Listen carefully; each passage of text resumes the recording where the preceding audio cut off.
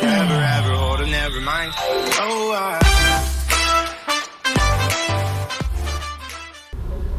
रामराम मंडळी, मी आनंद बिडकर. स्वागत आहे तुमचं पुन्हा एका नवीन व्हिडिओमध्ये. आत्ता वाजले आहेत 1:19 आणि मी चाललो आहे निळकंठेश्वरला.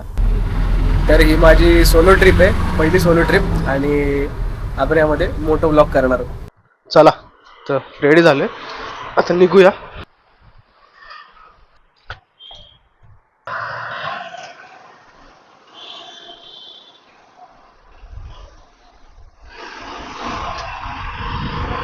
मी निघणार होतो सकाळी 9 वाजता, पण असं झालं की मामा आलेला, मग मामाला सोडायला गेलो. त्यानंतर मित्र आला, त्याच्याबरोबर बाहेर गेलो, काम केलं त्याचं एक, आणि मग म्हणलं आता आवरून निघावं. तोपर्यंत 1 वाजून गेला.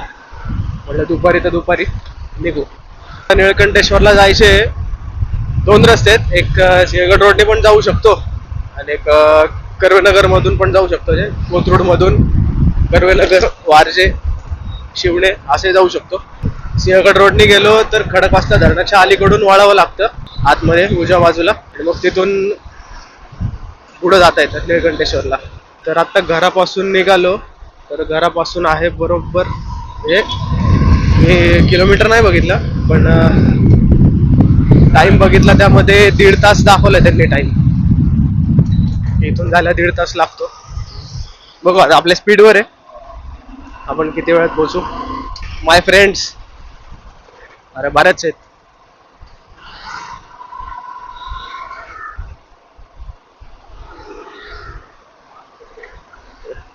ती म्हणते एकाने इकडनं जावा, एकाने तिकडनं जावा.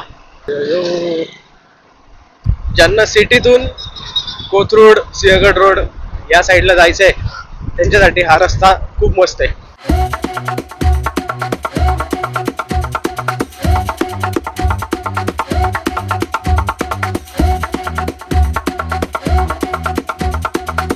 तर निळकंठेश्वर मी मागच्या आठवड्यातच करणार होतो. मागच्या आठवड्यात कुठे जायला जमलं नाही, म्हटलं पुढच्या आठवड्यात जाऊ. आता या आठवड्यात चाललंय. तर पोहोचला आपण कर्वेनगर मध्ये. आपल्याला इथं यायला 20 मिनिटं लागली. हा समोरचा आहे बायपासचा ब्रिज. डाव्या साईडला गेलं तर सातारा, कोल्हापूर, आणि उजव्या बाजूला गेलं तर मुंबई.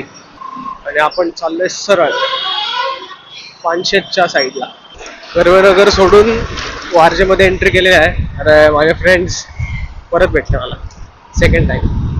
इथपर्यंत यायला आपल्याला 25 मिनिटं लागली. अजून 1 तास आहे, तर आपल्याला 1 तासाच्या आतच पोहोचायचं आहे.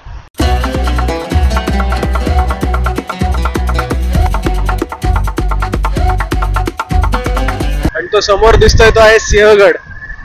पुढच्या काही ब्लॉग मध्ये तिथेही आपण जाऊ. सिंहगडासाठी आपण एक खास ब्लॉग बनवू.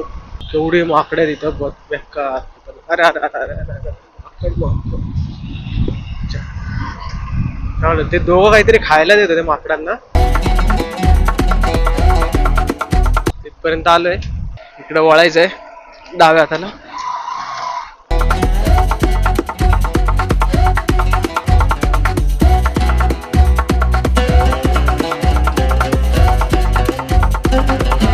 पुण्यातून आलो. काय दर्शन घ्यायचं. हा, मेन रोडवर ना परत उजवीकडचा रस्ता पकडायचा. इथे नदी आहे, आणि आपल्या बरोबर एक काका पण आहेत. त्यांनाही वरतीच जायचे दर्शनाला. आता काकांना घेऊन वरती जाऊ. हो, पहिलाच टाइम.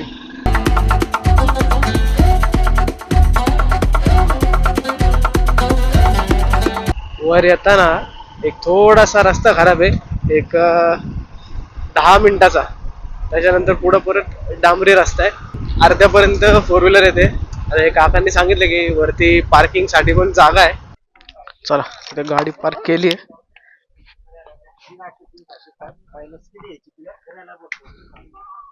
आता तिथे समोर दर्शन घेऊ आणि मग वरती डोंगरावरती जाऊ. चला, तर वर जायला सुरुवात केली आहे. इथं खाली गाडी लावली आहे, आणि इथं वरती ट्रॅक्टर जाण्यासाठी रस्ता आहे, आणि इथून पायऱ्या आहेत. तर आपण पायऱ्यांनी वर जाऊ. तर आता वरती जाऊया. अशा पायऱ्यात वर जाताना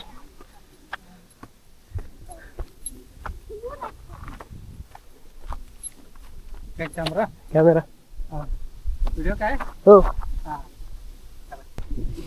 थोडं पुढं आलं की पायऱ्या संपतात. असा नॉर्मल रस्ता चालू होतो. तर वरती येताना असा रस्ता आहे. इथनं दगडांमधून यावं लागतं आणि सगळी माती आहे. तर इथनं वरती ट्रॅक्टर जातो असा. जर ज्यांना चालायचा प्रॉब्लेम आहे तर ते ट्रॅक्टरने पण येऊ शकतात. त्यांच्यासाठी ती सोय आहे. आधी बैलगाडी होती, आता ट्रॅक्टर आहे.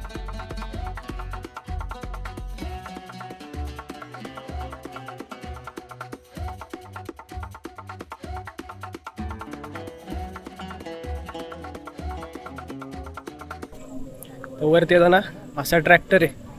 हे बघा.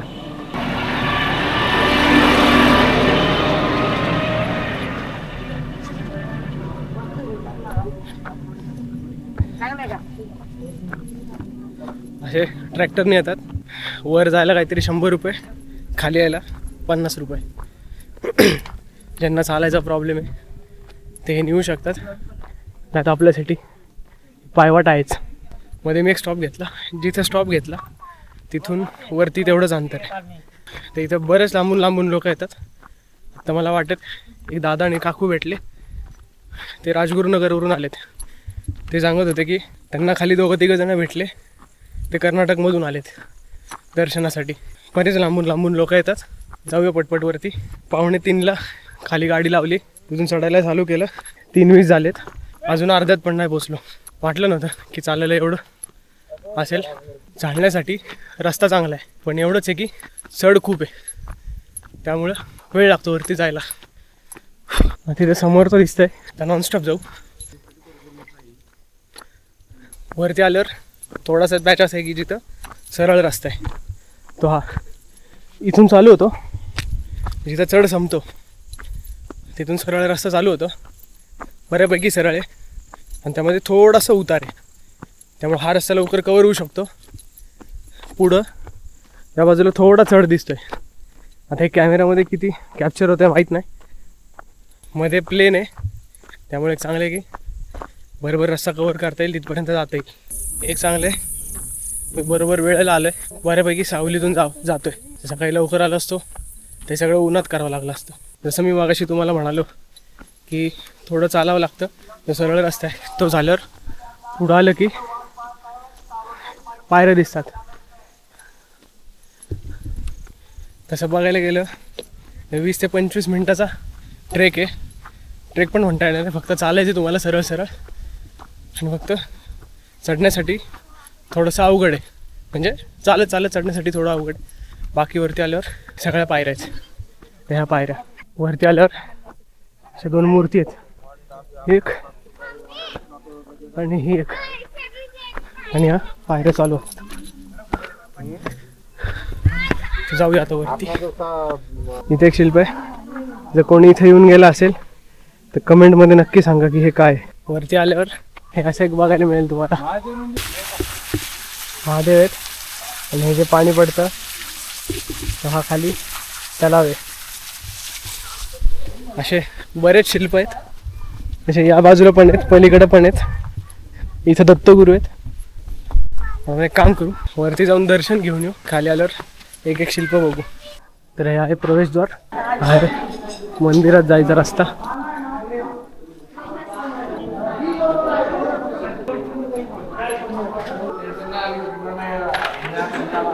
इथं अशा बऱ्याच मूर्ती आहेत.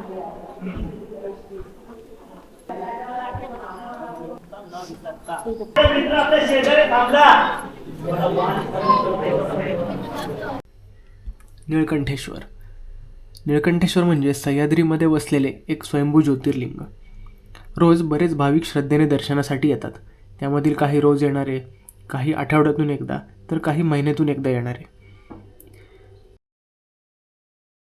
भाविक इथे महादेवाकडे मन मोकळे करायला येतात, तर काही भाविक मनातले मागायला. हा महादेव सगळ्यांना भरभरून आणि सारखाच आशीर्वाद देतो आणि मनातली इच्छा पण पूर्ण करतो. हर हर महादेव. तर हा आहे महाप्रसाद. असा महाप्रसाद रोज असतो. तर प्रसाद घेऊ. तर वरती आल्यावर फिरायला असं बरंच काय काय, बऱ्याच देवी देवतांची शिल्प आहेत. आणि हे जे मगाशी तुम्हाला दाखवलं आपले महादेव, नंदी आणि हा एक तलाव, आणि शिवाजी महाराज आणि संत तुकाराम महाराज, ही अशी बरीच शिल्प आहेत. अशी वरच्या बाजूला पण आहेत. तर वरती जाऊन बघू. तर ही अशी बरीच शिल्प आहेत तिथे. आणि आता जो मागचा ट्रॅक्टर आहे हा खालून येतो, तो येतो मंदिराच्या दारापर्यंत. थोडंसं वरती आल्यावर इथं पण भरपूर शिल्प आहेत.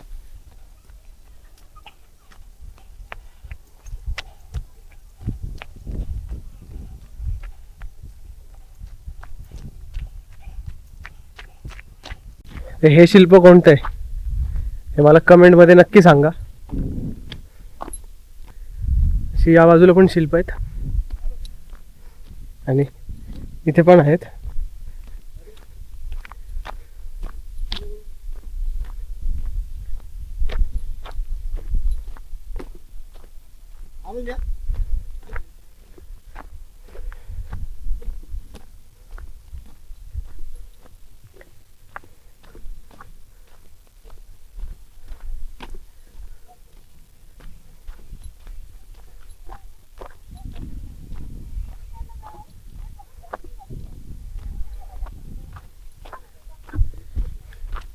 आणि वरती आल्यावर अजून एक तलाव आहे, तो हा तलाव. चला तर मी खाली उतरायला सुरुवात केली. आता वाजलेत 4:35. खाली लवकर पोचू, जास्त वेळ नाही लागणार. सगळा असा उतारच आहे.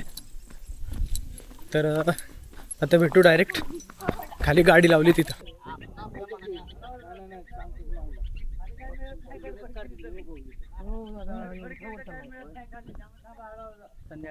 चला तर आलोय गाडीपाशी. तर वाजले आहेत 5. आता निघूया. तर निघूया आता. तर वाजलेत 5:10. घरी जायला किती वेळ लागतोय. चल. आरसा कोणीतरी हलवून ठेवला.